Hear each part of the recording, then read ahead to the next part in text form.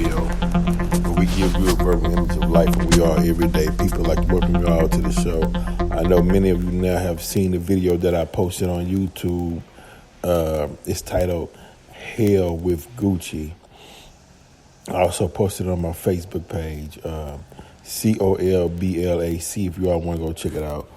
And it's me with a butcher knife carving up some Gucci boots, due to the fact that the sweater, blackface sweater, that Gucci put out, that was offensive, and especially that was whether people realize it or not, that was the kickoff to the 400-year, what they call anniversary of slavery in their calculation of the year 1619, where they're saying the first slaves landed in Virginia, 1619. This is the 400-year anniversary of that, all year long. And so Gucci kicked it off. You wondering why you're seeing so many blackface pictures and posters. That's the initiation. They letting the elites know that we are down with you. We endorse this celebration. They are celebrating right now. Matter of fact, they'll be celebrating all the way up into the year 2020, because the year 2020 marks a new beginning. So they finna celebrate that 400-year history of slavery. Gucci, whether you've seen Ralph Northam, the Virginia governor, who admitted he was in blackface, senator also from Virginia stated he was in blackface, and so many others. They're actually celebrating. Now the thing with T.I. and Floyd Mayweather apparently after that, he goes to Gucci, spends $20,000 in the Gucci store, and basically was saying, hey, I'm Floyd Mayweather. Although I am a black man, I have nothing to do with the racist connotation, sweater message that Gucci sent out to the public, disgracing black people who spend millions, the most amount of money with Gucci, because in the black community, Gucci is a status symbol. It states that I am somebody and I have the money to buy Gucci, bow down, worship me. But what they fail to realize is the fact that you spend money and you are financing racism. You're financing a society that thrives on white supremacy, and they take your dollars and slap you in the face with the invention of a sweater that marks blackface. What was the purpose of blackface? Blackface was to create a character or create a narrative that black people were supposed to live up under, and also where white people could be in the supremacist position. See, because at one time, white people knew that the Moors civilized Spain. They were black. They knew that black people came and civilized Europe when Europe was in the Dark Ages. They began their Renaissance. The black Arabs was going over to Europe, giving them mathematics and science, and basically bringing them into the fold of the human population. Now, in order for the Europeans or Caucasians, in order for them to fully have full self-love and dignity, to rise to a living perpendicular, meaning where they upright, where they back is straight, they couldn't, as we say, two things can't occupy the same space at the same time. they couldn't exhaust their full rulership on an equal plane with black people.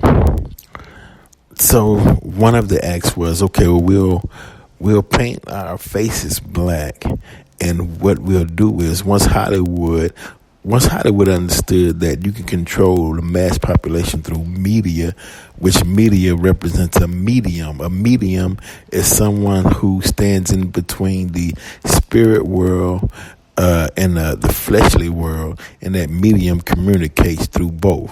Where the media serves as that purpose, and they through your subconscious mind. And so what happened was they said, well, look, we'll create a narrative or an image or a character of black people. And over time, even black folks themselves will begin to act out the characters that we create. So they put the black face on, and then they slur their speech when at one time blacks didn't communicate. And that was all created by the Caucasian. And so blackface was to create a character that was degrading, that was lazy, self-loathing, didn't love themselves, insecure, and they couldn't think for themselves unless a white person thought for them. They created that character. So over time, if you wanted to appear in Hollywood and on the stage, you had to be in blackface. Even black people had to put blackface on, because that was the subtle message of steering you along. That was a process. First the black face, with the makeup on, then the white gloves, then nobody can get on stage unless black and white alike wore the black face, right? Then they kept that going for a while. Then you saw the white people suddenly start removing the black face. Black folks still, it was a requirement, you had to straighten your hair and whatnot to even get on stage, because they felt that made white people feel more comfortable. Well, the reason why it made white folks feel more comfortable is because white folks was the one who brought the system into existence. So they knew what their people wanted. So then it gradually, as the makeup started to reside, then the person that was behind the makeup still carried on the action that the black face initially wanted to get over to the people. So now the makeup's gone, but the act is still there. Like remember Robert Townsend, Hollywood Shuffle. You got to poke your lips out, stick your butt out, and in order to get this part, because white folks still feel comfortable with black people playing a degrading role, because it makes them feel, hey, I'm still superior.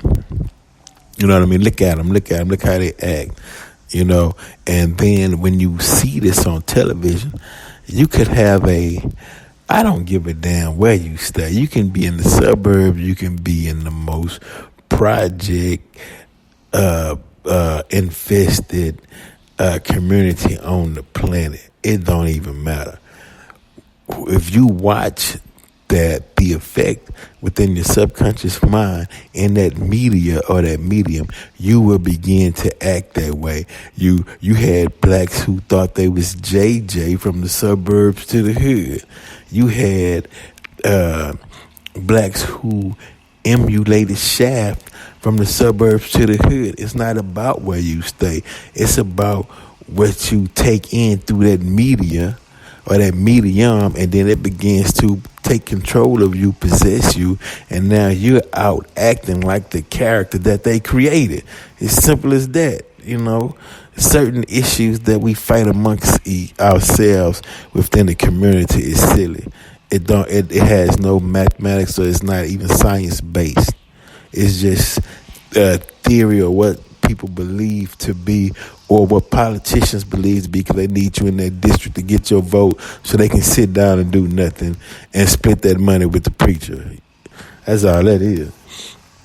But back to the game, right? So now here we coming. The blackface is created. The act is created. So they celebrate in certain occasions. White folks celebrate Juneteenth. The fact of not in sympathy of what happened to black slaves, but in the fact that yes, we did that. 400-year anniversary of slavery and blackface, and they saying, look, all the players are there. The coons are there. The white slave masters are there. The clothes designers. Don't you know? Look, man. Look, you can go to certain museums, and it's one in Texas, the Brazos. On the Brazos, the museum, and they have slave clothes, slave material that they used to make the clothes for the slaves out of certain material of cotton. They got that on display. And guess who was the designer? A white person. A white person designed slave clothes to put on your body to give you that damn look. That's why Gucci would create a sweater. Because they designed that. They been in the business, and white folks will pay. It's like ancient artifacts, or the Black Mary and the Christ, or old black art, or old black blues song that you can rarely find. It's valuable. It's expensive. That sweater that Gucci made on the 400-year anniversary of slavery is $895 now.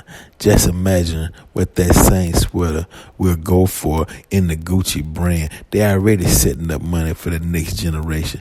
Just imagine what that sweater gonna go for about 50 years from now, 25 years from now. On auction. Down the line. Oh, it is going, because we are writing history as we speak. And then to bag it up, I don't know if they paid Floyd Mayweather. I don't know. Could have paid him. But to bag it up, hey, here go one of the most famous boxers of all time after Muhammad Ali, and he endorsed it. He went the next day and bought him 10 slave sweaters. You know what I mean? And they like, yeah, that's what your great grandkids are gonna read. And they gonna be like, well, yeah, see, they was okay. They agreed to slavery. See, look, go to the most famous boxer. Look at all the finances. Hey, how you doing? Hey, yeah, pretty good. All the financing. Look at all the money he's made. Yeah, he was for it. He adorned it. He was cool with it. Yeah, he was with the slavery. Yeah, see, look at him. They gonna have him up here with his gold chains on, smiling. You know what I mean? It's crazy.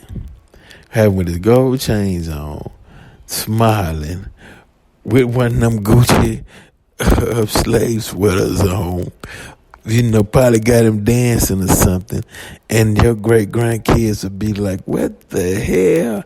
Is this true? Didn't nobody stand up to fight against it? Didn't nobody have foresight and vision and eyesight to see what was getting ready to take place? Or were they caught up in the matrix and they just live for the moment? Nobody cast a line far out to the waters, meaning nobody threw something out in the future to try to stop this or prevent it? Or was you still being led by your slave master after 400 years? And you over here fighting, and he throw you a bone. Man, look, man, the funny part about it is that the materials, they get them cheap from China or cheap labor out of Mexico or India. They don't cost nothing to make. All they do is put their name on it. Look, this shirt has a white name on it. You niggas couldn't get it. So if you want it, it's gonna cost you $2,000. And then look, so you go get it, put that $2,000 shirt on, right? So a Versace shirt or something, and you strut through the community amongst people who got rent to pay, bills to pay. No matter, it's not my concern how you got the money, but you got the shirt on, so you strut around like they say, you strutting around like a peacock. You know what I mean? Like Florida used to tell JJ, you strutting around like a peacock. You know what I mean? In your fancy pants, around everybody like you did something because you proud to have a white folk name on your back. Had a white folk name on your nigga back. You know what I mean? That's what Uncle Ruckus would say. And you strutting around. Hey man, you know what I'm saying? Look what I got. Look at me, look at me, look at me, look at me, look at me, look at me. Yeah, I'm doing it.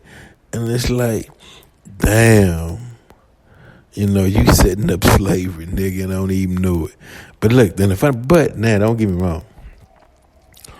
Material possessions and wealth is a reward for a job well done, because these things come to you after hard work, sacrifice.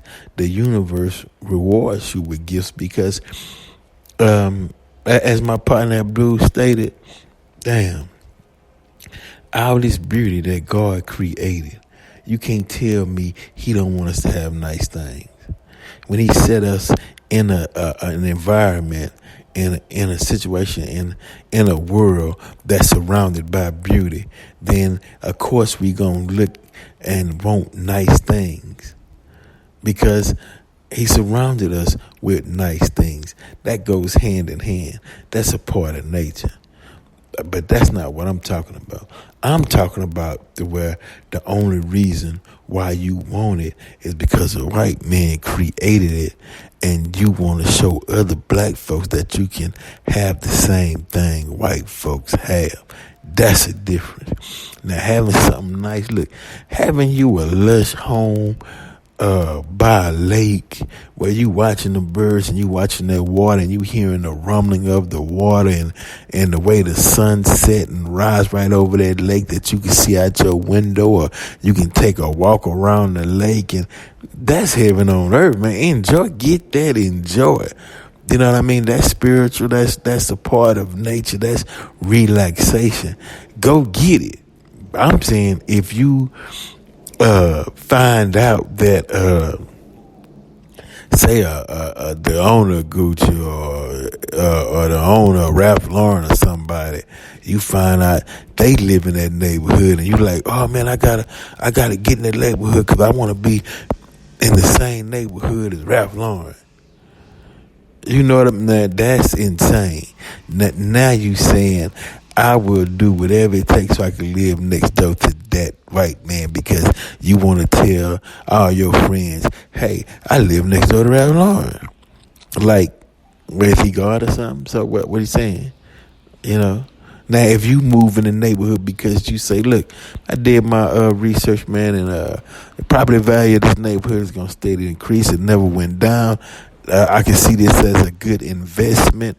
Yeah, you know, yeah, it's good. And the environment is safe, good schools for my children to go to. Hell, it's in the hospital, not even 3 miles away from here. When it rains, it doesn't flood. You know what I mean? Okay, and they throwing this deal in with the package, and I'm getting this interest rate. Then okay, cool, done deal. You did your homework. You won. You relaxing wherever you stay, because you have to, it's like voting. Neighborhoods are like voting. You have to sit down and vote your best interest. Neighborhoods is the same way. You have to look at your money. You have to look at the potential money you might make. Then you have to look at your own personal drive. Am I willing to put in this hard work to get this type of money to live in this type of neighborhood? Or am I cool with right here? I ain't got to work as much, and rent might be cheap, or mortgage might be cheap, and it's a nice neighborhood. Schools district is okay. They got good programs up in here. Hey, yeah, I'm cool with that. Or you could be the type of person that say, you know what, I want, look, this is a certain star, so-and-so. I checked it out. I've been monitoring it over the years to see I can get this house at this much.